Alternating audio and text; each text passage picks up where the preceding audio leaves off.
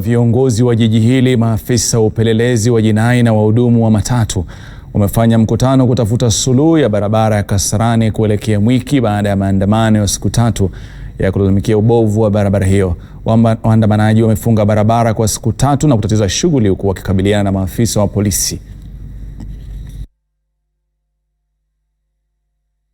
Kwa kuja kwa dharura, I want to thank all of you members of the fourth estate for coming.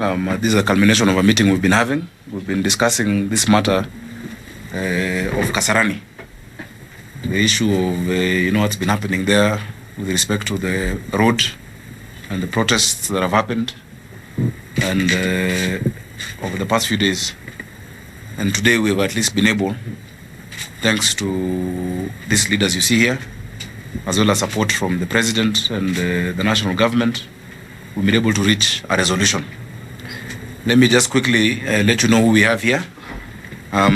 We have the Deputy County Commissioner, Kasarani, who is here with us. We have the OCPD of Kasarani as well, Police Division. We have the DCIO with us, the Criminal Investigation Officer. We have Bwana as well, from Kasarani. We have the Secretary to the Security Committee as well, from Kasarani. We have the Member of Parliament of Kasarani constituency, Honorable Masiga Kuya, with us.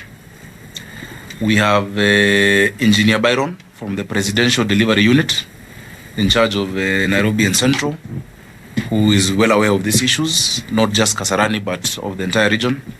He is here under direct directive from the presidency. We also have from Kura, the Urban Roads Authority, the Director General, Engineer Kinoti of Kura. And we have Rashid, who is also one of the engineers of Kura, who has been dealing with this specific issue of Kasarani. We have the SACCOs, the matatu SACCOs, the transport SACCOs. Bwana Kago of Expressio is here with us. Nakoki, Bwana John. We have Metro Trans, SACCO. Ambrose, we have Murukaki. We have MSL, isn't it? We have MSL. MSL, I think, has the highest number, around 300 vehicles or more. We have Hanover, even the rest was Tafika too. We have Hanover, Abraham. We have MNK, SACCO, and Bwana Muhoro as well, of Kayoline SACCO. Those SACCOs are for the matatus that and public transport that use that road and serve hundreds and thousands of our residents of Nairobi, from the area of Kasarani up to Kayole, Dandora, and the environs. At the outset, I want to say that the events of the past few days have been extremely unfortunate. We offer our deep condolences to the family of the man we lost in Kasarani. We hear there are 2 lives lost. The report from the police is different, but all the same, even one is too much. And we offer our deep condolences. I think no one should lose their life because of that. Our constitution guarantees every Kenyan the right to demonstrate peaceably and unarmed. And that right should not be hampered. But we also want to offer our sympathies to the officers who got injured, because there are also a number of officers, 5 seriously injured, 2 have been discharged from hospital. Our relations between the public and those who are meant to keep order must always be, to the greatest extent, amicable. Those are the people we serve. So the police should not be attacking the residents, and the residents should not be attacking the police. We should all see ourselves as Kenyans who have one interest. Everyone wants the same thing.